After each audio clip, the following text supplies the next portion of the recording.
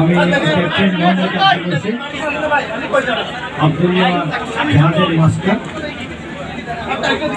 তো আজকে দেখতে পাচ্ছেন আপনারা আমার সকল নাবিক সুস্থ অক্ষতভাবে আপনাদের মাঝে তথা তাদের পরিবারের কাছে ফেরত এসেছেন। সেজন্য আমি মহান রব্বুল আলামিনের কাছে শুকরিয়া আদায় করছি। পাশাপাশি আজকের এই আয়োজনের জন্য বন্দর কর্তৃপক্ষের চেয়ারম্যান আমার পাশে আছেন রিয়ান সোহেল সাহেব এবং আমাদের নগর পিতা আমাদের মাঝে আমাদেরকে অভিনন্দন জানানোর জন্য হাজির হয়েছেন। আমাদের কোম্পানির ডিএমডি স্যার, শাহরি সাহেব, সরোয়ার সাহেব, করিম সাহেব যারা আছেন তাদের সবাইকে আমার নাবিকের পক্ষ থেকে কৃতজ্ঞতা জানাচ্ছি। এবং আমাদের কোম্পানির সিও স্যার, মেয়র করিম স্যার এবং ওনার সমস্ত অফিসের কর্মচারীবৃন্দকে আমাদের শুভেচ্ছা জানাচ্ছি।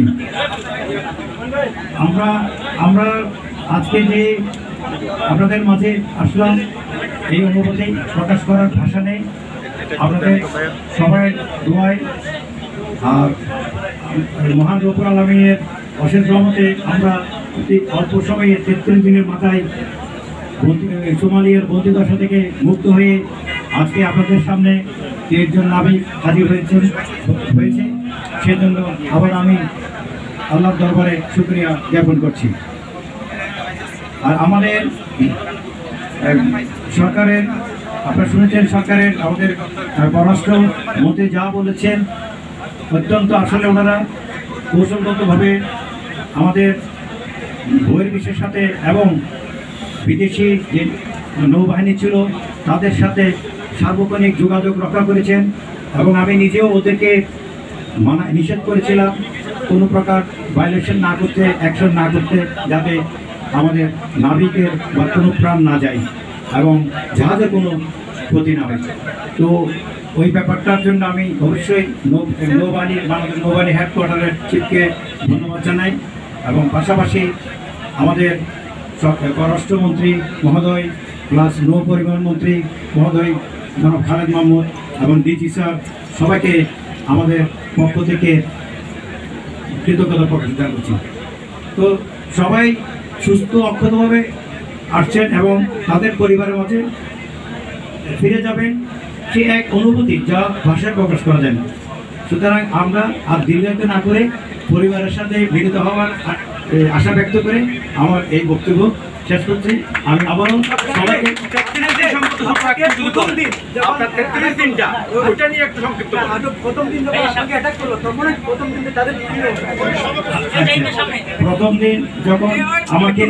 প্রথম দিন যখন আমরা আক্রান্ত হই, হ্যাঁ, তখন আমার দ্বিতীয় কর্মকর্তা সেকেন্ড অফিসার ব্রিজে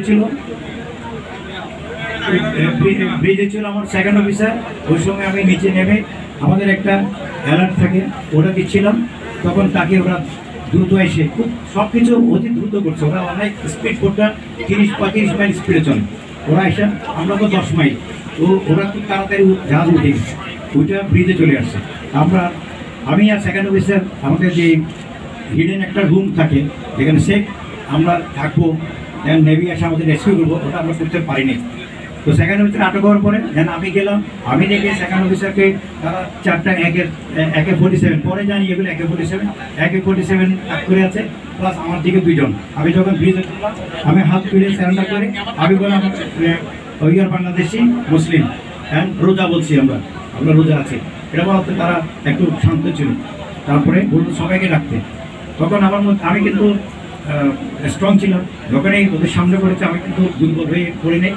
সেখানে বসে একটু ভীত ছিল, একটু নার্ভাস ছিল। তারপর আমার অন্যান্য সবাই আসলো, তো এই আর কি। তো আমরা ওখানে সারাদিন ছিলাম ওই ব্রিজের মধ্যে। হ্যাঁ, মৃত্যুর হুমকিটা ছিল।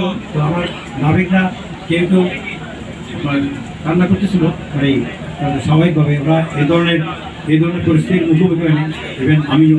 তো আমাদের লাইফে প্রথম, অবশ্যই আমার ভিতরে ভয় ছিল, বাট মুখে এবং আমার বডি ল্যাঙ্গুয়েজে সাহসিকতা ছিল, যার ফলে আমরা সবাইকে আমি ওইভাবে হ্যান্ডেল করে হোল ব্রেনে সবাইকে অক্ষত, যাতে কোনো আমার একটা অফিসার খুব ক্ষতি না হয়, তো ওই দিকে আমি নজর রাখছিলাম। সেফটি অফ লাইফটা আমি প্রাধান্য দিয়েছিলাম। ধন্যবাদ।